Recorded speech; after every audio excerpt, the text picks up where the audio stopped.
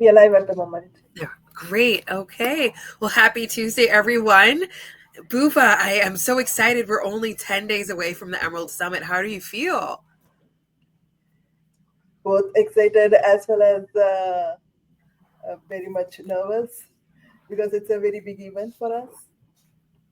Yes, yes. And without further ado, of course, we're going to introduce you again, Buva Shakti, with the founder of Wallet Max and the creation of the Emerald Summit. Let's tell a little bit about the background of the summit before we dive into today's questions. Sure. Thanks, Tia. Thanks, everyone, for joining us today. I'm the founder and CEO at Wallet Max. Quick intro: after 3 decades on Wall Street, I shifted into venture capital to back startups that are shaping our future in tech, AI, fintech, and sustainability. We do monthly events, but this is our flagship once a year during New York Climate Week, the Emerald Summit, which comes with startup awards as well as an executive dinner. Our goal is not just to have some theoretical discussions and see you next year. Rather, we connect founders, investors, and executives in one room into actually taking action. How can we fund solutions? How can we action policies? How can we make an effect starting from that day through every day and not wait until the next year? This is so great. This is great. And what I have to say too, I'm sorry everyone, my name is Tia Green Granger. I am the founder of Leva PR and I have the honor to work with Buva. So thank you, Buva, for inviting me to ask you these questions today. Thank you. Thank you, Tia. All right. So, with today's questions, I know that we have so many amazing panels that are going to be very insightful. And I just wanted the community to know a little bit the background of why you chose these panels for you for this upcoming summit. So, what motivated you to bring the from threats to transformation panel to the summit? Yeah, before we go into the threads to transformation panel, I'll give a quick rundown of what we were aiming for in the lineup of panels this year. Okay. And amazing speakers, we have about 40 odd speakers, 15 odd programs. The whole theme is not just using technology for climate, because, like I've said repeatedly, climate is going to be impacting every industry, every sector, and every geography, whether you are really causing the positive impact or negative impact, it affects all of us together at the same time. So that's why we start the day with a circular economy panel, also known as From Threats to Transformation. The goal is how can we eliminate some of the waste, but also promote reuse and repair. Do we even have infrastructure to do those things? And we talk a lot about sustainable fashion and related manufacturing and other waste management solutions, and how AI and other fintech solutions can support some of this circular economy. Then, additionally, we also have panels around climate resilience. So, in our last LinkedIn Live, we spoke about mitigation, but even though we are trying to mitigate, we also need to be prepared in a climate risk perspective from an adaptation and resilience perspective. So, we're going to talk about a lot of tips and tricks on things that day to day people can do in terms of being adaptive and resilient, in addition to mitigating the climate challenges. So, a couple of other panels are also revolving around sustainable finance. So, how can we fund solutions not at their early stage? Of course, that's a very important focus. But once you have funded the early stage life cycle, how can you scale it beyond a series A, B, or even to an IPO? So, we'll be talking a lot about alternative investments in that sustainable finance panel. We are also showcasing a couple of local small businesses, because small businesses are at the forefront of mitigating some of the challenges, but they are also the first to be impacted. So that's also coming up. And additionally, we also have renewable energy. So energy is the core of climate change, but then we can't all transition out of fossil fuel overnight. What can we do on a step by step basis in a renewable energy, clean energy, natural resources energy, and ensure the transition is steady but also scaling as we move forward? So that's a whole lineup of everything we have, in addition to 12 startups from the climate tech space, AI, fintech space, that are pitching to a panel of venture capital investors that invest predominantly in sustainable solutions. What I love about this is you're creating opportunities for everyone to be seen and heard and celebrated. So thank you, Buva. Thank you for creating this. But I want to Thank go back to that question. You're welcome. I want to go back to the question of the motivation of you bringing the From Threads to Transformation panel to the summit. I know you touched on a little bit, but I wanted you to go a little deeper. Yeah, so typically what happens is businesses are always using linear models where they take, make, and waste. For example, they take raw materials, they manufacture, they combine supply chains, they deliver a product or service, and then they kind of have a waste that goes into another life cycle, but that's not the problem of the business itself. In the US alone, we see more than 35% of large companies that have comprehensive circular strategies, but only 5% are really implementing it. So imagine 65% don't even have a strategy, and 95% don't even follow even a strategy that they have put together.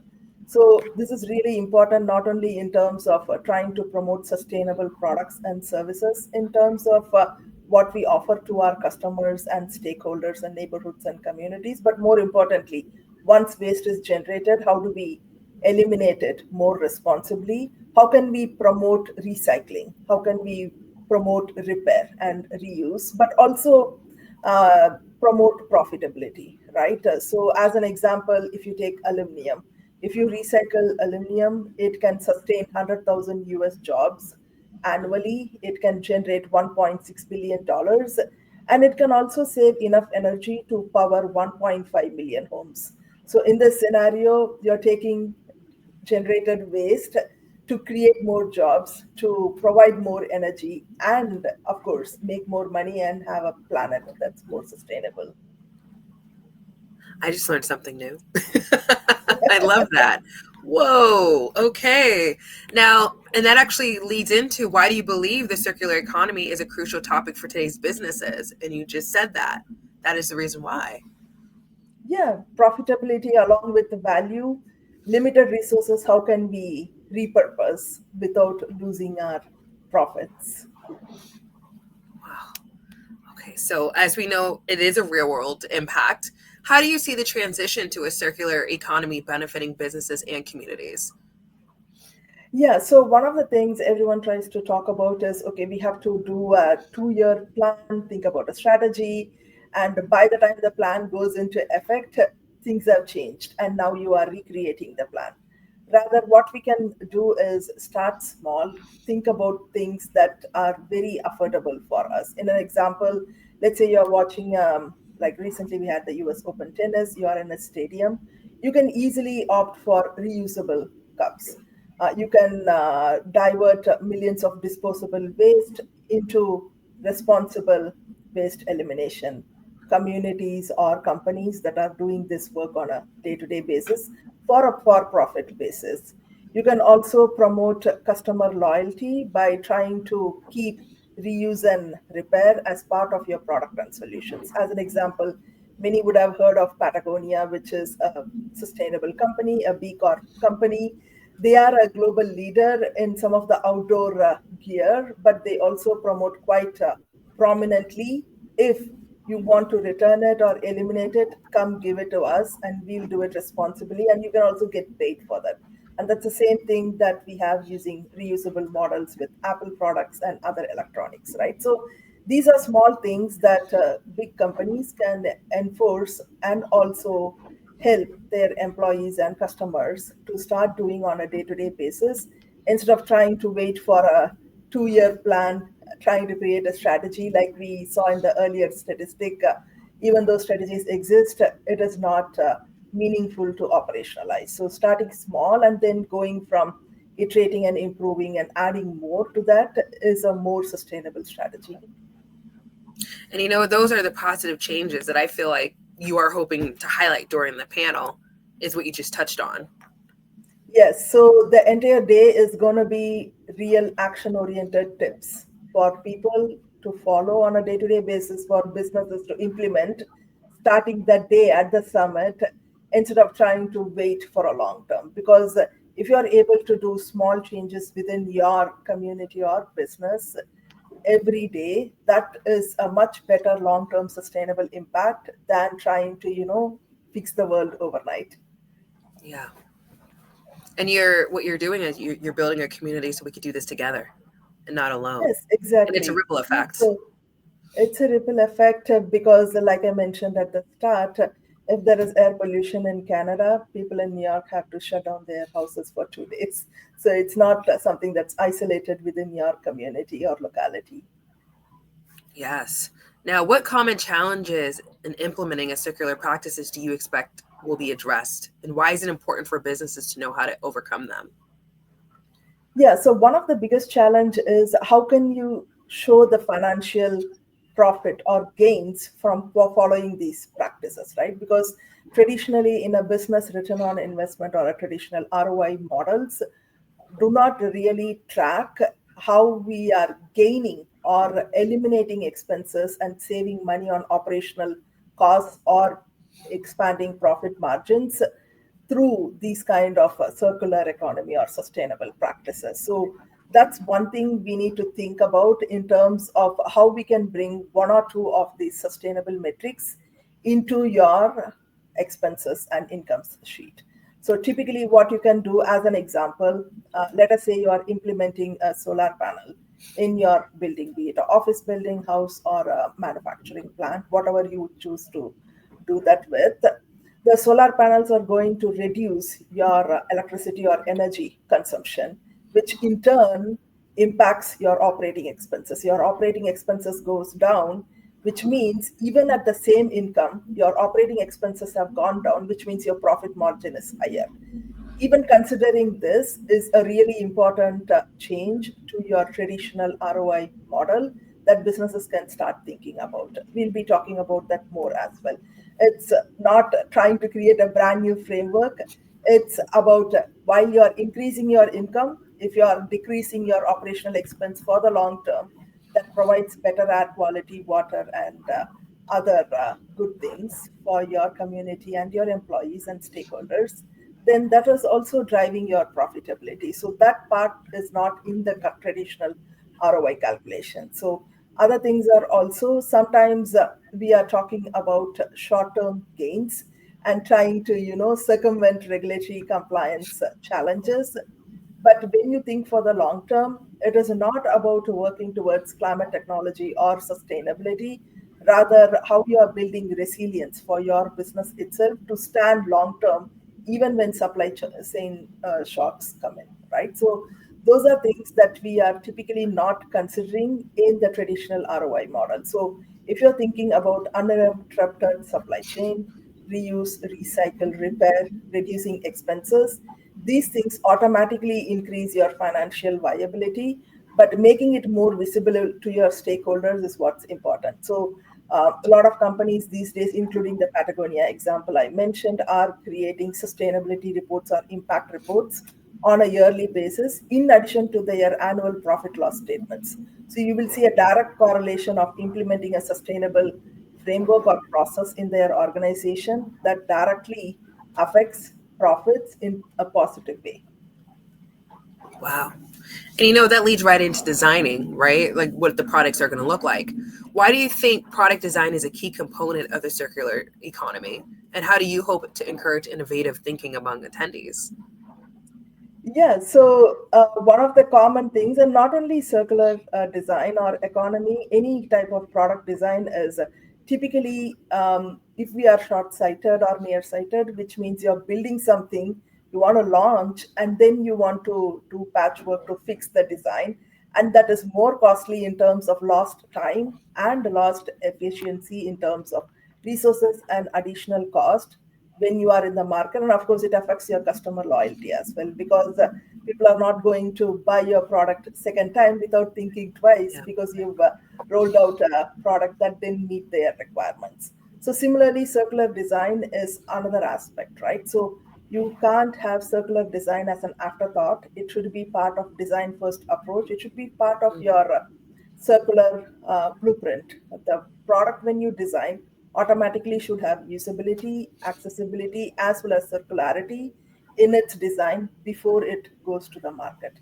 If we are not able to do that, then when the customers are not able to effectively use your product, it could again make you recall your products. It'll cause loss. You'll have to be paying fines or fees, and you could be also sued legally for regulatory reasons as well as affecting people's usability. So instead of trying to do all this to the later part of the product cycle after launching and trying to make it a cosmetic add-on, it is recommended, like every other design principle like usability and accessibility, include circularity as part of design first principle before the product or service is being developed and put into customers' hands, so that you can preserve customer loyalty, and also it's going to impact investors, right? So if customers are Yes. not happy, you're not going to get enough investors to continue to run your business for the long term and expanding markets. And you know something, when it comes to the consumer engagement, how important is that behavior to the shift itself? Yeah, so it may be surprising that when businesses today are talking about, okay, I don't know if the customer needs it, there is data that has been repeatedly showcasing to us, especially post pandemic, that customers really want it, right? So if customers are asking for it, investors are pushing for it, and businesses are not meeting it, then we need to really rethink the business model. Who are you trying to serve? Right? So if you're building something for a customer who is expecting something else, if you're building something that doesn't provide enough return on investment in the long term, not short term, to your investors, then probably you're not really running the business for your investors and customers, rather maybe for yourself, right? Um, like I mentioned, the data already proves that customers are interested. And one of the things we want to also avoid is putting the burden on the customer to make a decision. If you are able to develop things, more products and services that are already sustainable and customer friendly, then the burden on the customer is very less. Then you can see that they are able to adopt up to 80 or 90% on a consistent basis. But if you are not considering this in your design or development of the product or service before you launch it to the market, then the burden is on the customer, and the customer has 100 choices, and they don't have time to think, are you the right fit for them? So you have to see that you are doing your part and also communicating with the customer, so that the burden on the customer in choosing your product is simple or less, so that the adoption and continuing to follow those practices is at least 80-90%, as the data shows today. But it also helps with collaboration, Yes, because sometimes definitely. at times you collaborate with the consumer because the consumer is going to help out at the end of the day. So in regards to collaborations, what opportunities for collaboration do you foresee arising from discussions at this panel? Yeah, you rightly also mentioned about the collaboration, right? It's not only about customer adoption, but trust. You get free word of mouth organic marketing, because customers are going to tell others, hey, they like your product and it is really helpful and useful for them in terms of both their health benefits as well as what they're trying to achieve from the product. Now, everything is going to be a collaboration. So, for example, the investors cannot just invest and let the startups run their businesses. The corporations cannot just build something and let the customers figure out everything. The collaboration is going to be really important, especially in a private market, between the public institutions or corporations, the big corporations. We need them to scale and also expand across geographies. And in the private market, we need investments from private investors, more on an agile basis, more on a quick investment basis. So if we are waiting for government grants, it may take so much time that the innovation may not be relevant in a couple of years by the time grant comes. And that's where the private markets are able to pitch in at any level, could be pre-seed even up until you are trying to do a merger and acquisition or even an IPO, which means it's really important for the organizations that are providing a sustainable product service, the investors, both in the private and public market, and also the corporations to help scale this. And we'll be talking about a lot of other communities like WalletMax as well, that promote this kind of collaboration. So, how can we bring all these people into one room and take action in one day is the goal. And they're going to be networking as well. I mean, one of the rules that you have, Buva, and that's one of the things that I was drawn to is when you go to any of your events, you always have an ask and you always have something to give. So it's the perfect recipe for success. Yeah, exactly. So it cannot be like the startups are fundraising and they are asking something to the investors, because startups are also shopping for investors, which means even though you are able to write the check, are you the right fit for me? Is a question they would ask. Similarly, the executives that help scale some of these solutions should sit right in the middle between startups and investors that are in the private market, so they are able to collaborate. So if everyone is only having an ask, who's going to make the give so that the collaboration really works, right? So it's a rule in all our events, especially at the summit, that you'll see that everyone makes an ask and a give that's mutually beneficial, and doesn't matter how small or big, as long as it serves your purpose and helps you get to traction in the next 90 days. Don't ask for something that's for the next 3 years or 4 years. We need to see traction in 90 days. Yes. I love that.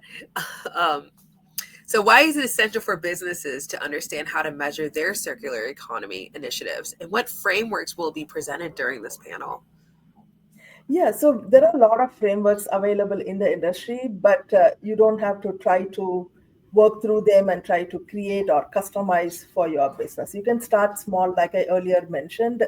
Take the ROI framework that you use for your day to day business, adjust one or two metrics in terms of energy consumption or savings in terms of better air cleaning or good water, or even saving in terms of healthcare expenses for your employees if they are in a very sustainable environment. So things like that could be easily implemented as one or two new metrics into your ROI models that exist today to start tracking tomorrow. Some of the advanced metrics are also known as ESG. So, ESG is environmental, social, and governance.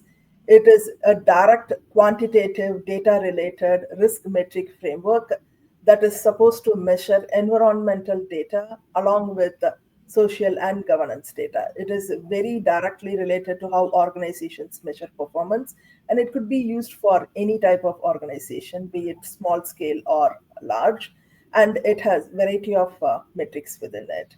There are also a lot of sustainability standards known as SASB, Sustainability and Accounting Standards Board, that has metrics. There are indexes like S&P and others in the trading platform that have metrics. So find the one that chooses you, matches what you are trying to do. But even otherwise, you can start small by adding one or two expense and savings into your metrics today and see how the data evolves. But happy to talk more about this during our summit. We have a full panel talking just about quantitative data and metrics. And will you be leading that panel? I have some of our expert speakers leading the panel, and I'll be there through the day to support that. Yes.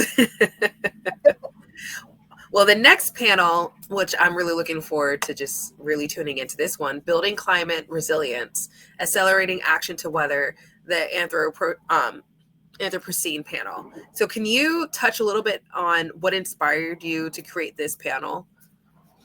Yeah, so it is very essential that we work towards mitigation, prevent, and proactively try to eliminate some of the challenges. But in certain areas, as we know already, things are already in the adaptation or resilience phase. As an example, we had the Texas floods a couple of months. Globally, we have seen increased level of heat waves. If I'm not mistaken, June was the hottest month on planet ever recorded so far in 2025. It's going to continue because last year that was the hottest, and this year it has surpassed last year in a more negative way. We've seen consistent floods and wildfires that are increasing in frequency and severity, and it's becoming very difficult to even proactively monitor and accurately predict. Sometimes we get so less time in terms of warnings that we are able to uh, not save as many lives lost, and billions are lost in damages due to the inaction. Not because we didn't know it's coming, but sometimes it comes too late, the warning that is not sufficient to save lives. Sometimes we are not even able to predict. So Our goal is, if a disruption happens, how can we ensure we act quickly? How can we ensure no lives are lost? How can we ensure we can have billions in savings in damages so that we are ready for it? It is not that are these going to occur anymore. We know these are going to occur. How soon and how better can we prepared for the disaster? So especially being prepared in terms of resilience saves us a lot of money and time and lives in terms of recovery after the event has occurred. So nowadays, we also see there are a lot of geopolitical and economic shocks globally that are volatile. So there is a lot of challenge between humanitarian perspective and a financial perspective. It is very important that people like us and communities like us are able to continue to take action. So we know that we need to prevent, but if it happens, how can we minimize damage to lives and money? Yeah, wow. And just since you're mentioning this, I know that the entertainment industry is starting to tap in to what you're touching on based off of movies that they're putting out, so people are more aware of what's going on. Yeah, So yeah, definitely. It's going to be affecting every industry and sector. So there is nothing like a climate as a separate industry. It is inbuilt into every sector. yes, it does. Now, what key climate threats do you think are the most pressing for attendees to understand, and how will the panel address these challenges?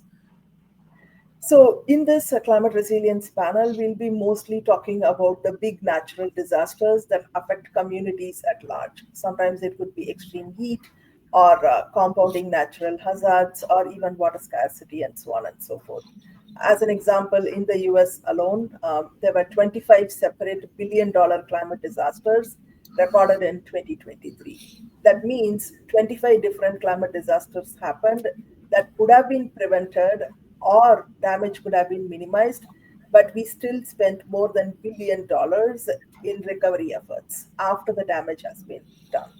Nowadays, these events are not like one-off things. This is kind of becoming the new normal, right? So we're going to be talking about how some of the resilient gaps are also impacting low-income communities and disproportionately, right? So where rural areas that lack infrastructure are mostly impacted in a natural disaster, whereas also sometimes businesses are not really prepared. So sometimes you may have to shut down your business for long periods of time, or you may have to relocate your business as well because that area cannot be rebuilt due to a disaster.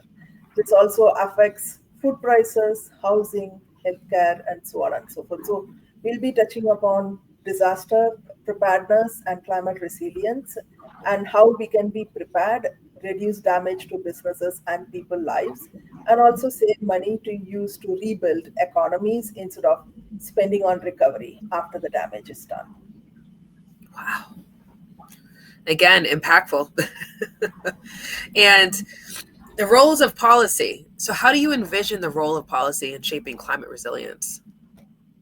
Yeah, so in climate resilience, at least policy is really critical, right? Because we are talking about scaling across communities, cities, states, countries, and regions and continents, which means from a private public sector, private investors can help invest in solutions, startups and small businesses can build solutions, corporations can additionally support with a partnership to scale it, but the scaling is not going to be really helpful until the government steps in or policies are shaped to help across communities because the governments, be it local, state, or federal, are responsible for disaster recovery. As an example, we have FEMA that helps, we have also private organizations like Red Cross, but none of them will be able to scale to the damage that exists if we don't have enough policies in place, government support in place. So,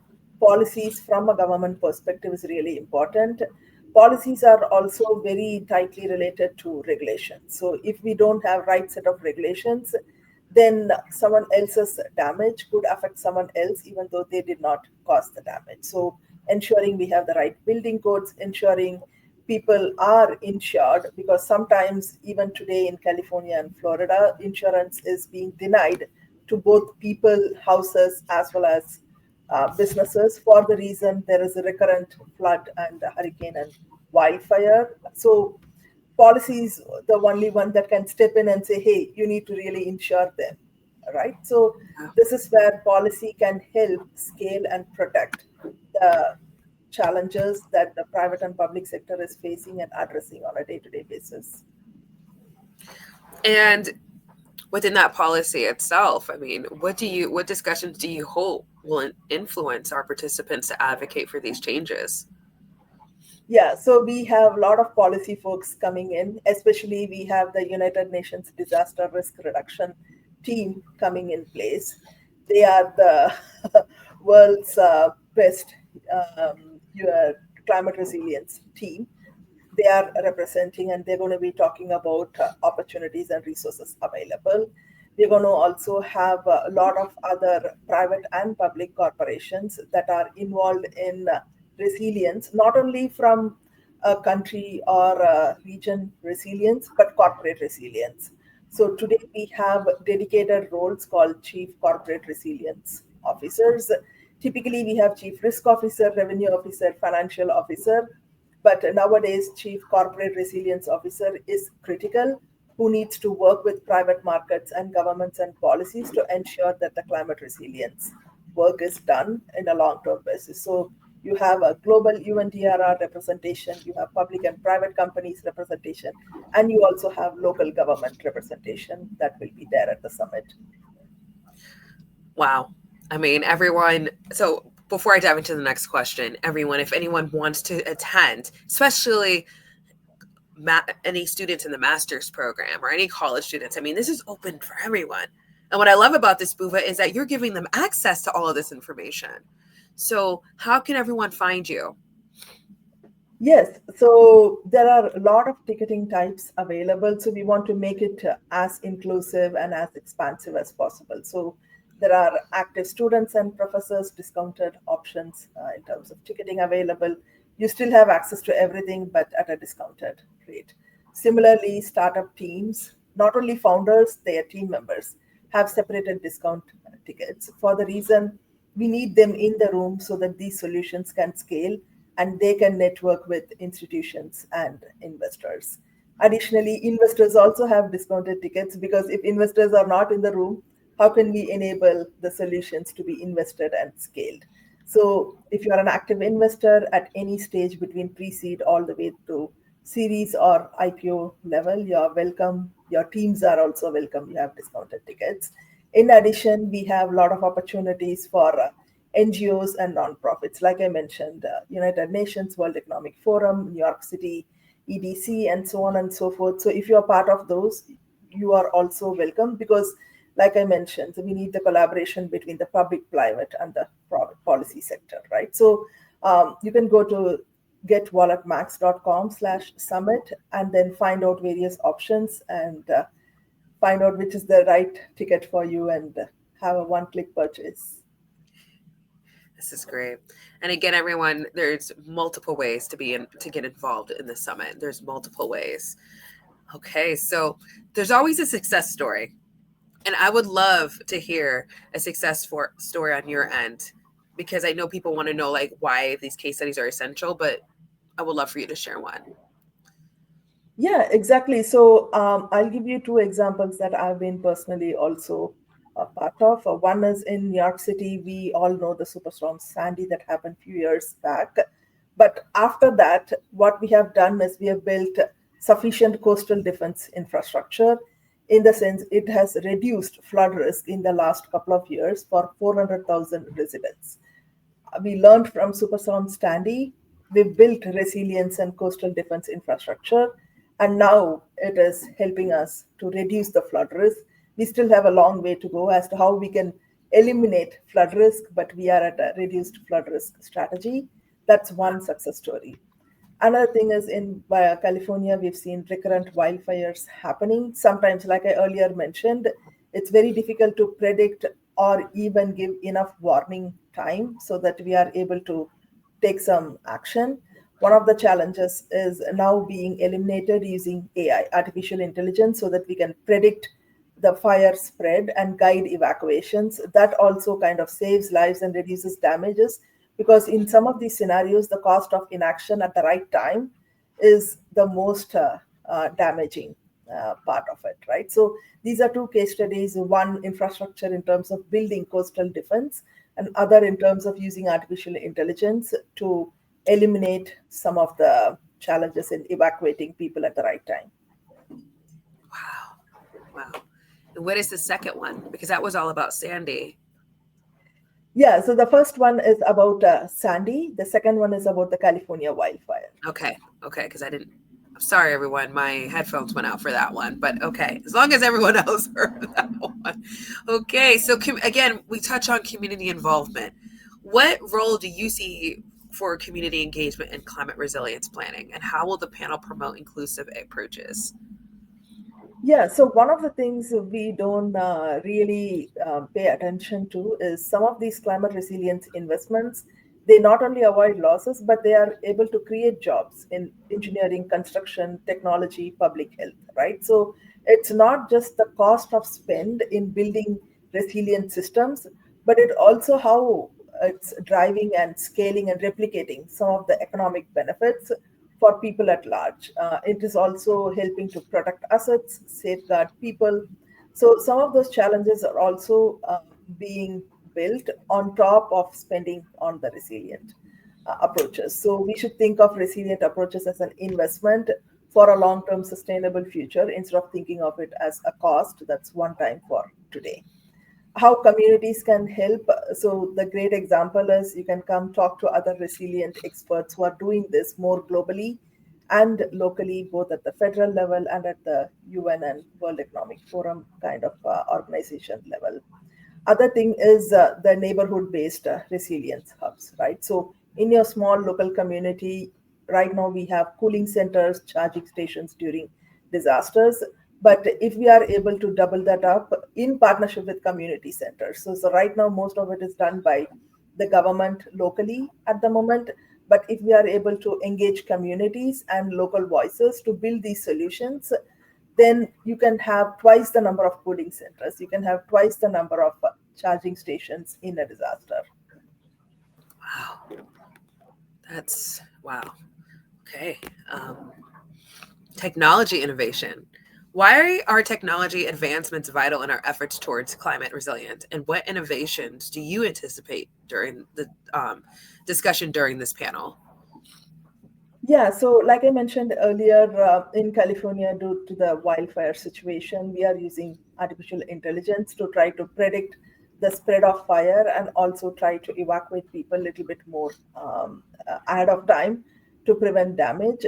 One of the additional things there also is, before I dive into technology, the indigenous community in California also has traditional knowledge, and it can work with science and technology hand in hand, because they have had those approaches of preventing wildfires for centuries.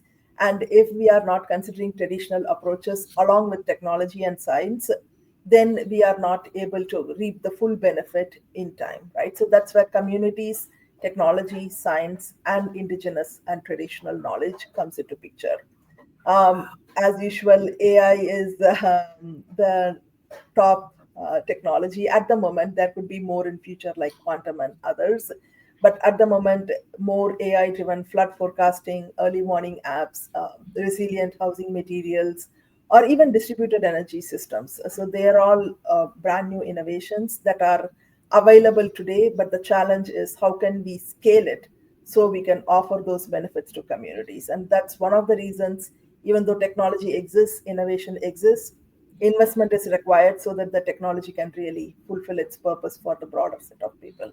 And also, we have a lot of IoT devices that are gadgets that will help us in terms of microgrids, so that small neighborhoods can still be powered in terms of a broader outage. So you can kind of have micro grids powering a small neighborhood, even though an entire city is out of power. And these are all possible using the technologies we have today. And this is only just a start, because there are a lot of new technologies that are still in development. Like I mentioned, the challenge is working with communities and helping with their traditional knowledge, connecting with science and technology, but definitely bringing in more private and public investments. Wow. And what do you see? What do you foresee happening, like forecast Yeah, wise? Yeah, so one of the things, like we already mentioned at the start, the traditional business ROI models do not account for some of these challenges in their day to day operations. But now, even insurance companies and credit rating agencies are trying to factor in these assessments. As an example, if you're trying to buy a house and get a mortgage or a home insurance, your insurance company is going to assess, are you in the right zone that doesn't have enough environmental disasters. So whether you like it or you do it, it doesn't matter if you need a house to live in and if you need an insurance to protect you in that house. Your insurance company is going to ask you a question: did you consider all the environmental factors? So that's the upcoming trend. From a business perspective, again, we have all the credit ratings and the trading platforms that are existing. We have consumer credit as well as capital markets credit. All these rating agencies are including resilience into their assessments, meaning if you know that there is going to be a climate challenge in a particular location, why are you not building resilience into your profit models? Mm. That's a red flag for investors to invest in you as a person or as a company, because you are already kind of ignoring the risk that's being forecasted using a lot of technologies already available. So no longer it's okay to say, hey, I took an investment from certain investors and I can tell them, hey, due to a natural disaster I lost the investment. The investor is going to question, we have a lot of technologies available today, what were you doing not thinking Yeah. about how we could have prevented it, right? So those are the emerging trends in addition to other technologies that I mentioned, where whether it directly affects you in terms of a personal or a business perspective, you're going to get questions from your insurers, investors, credit rating agencies, and others. That's great. And I mean, I was already going to ask that question, but you went a little deeper here. And especially to prepare for the future, because a lot of the next generation, they are looking to buy a home and they're not realizing what's going to happen.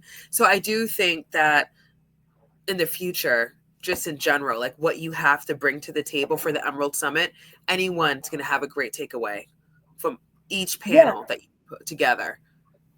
Yeah, exactly. So, as the saying goes, if you're not taking action today or planning for it today, both from an individual as well as from a company or even corporation or government perspective today, you're already too late in taking action, because it's not something you can say, hey, okay, I will look at it in 5 years. You may not have to look at anything in 5 years, because the problem might have gone beyond control and you might not be able to mitigate or put some protections in place.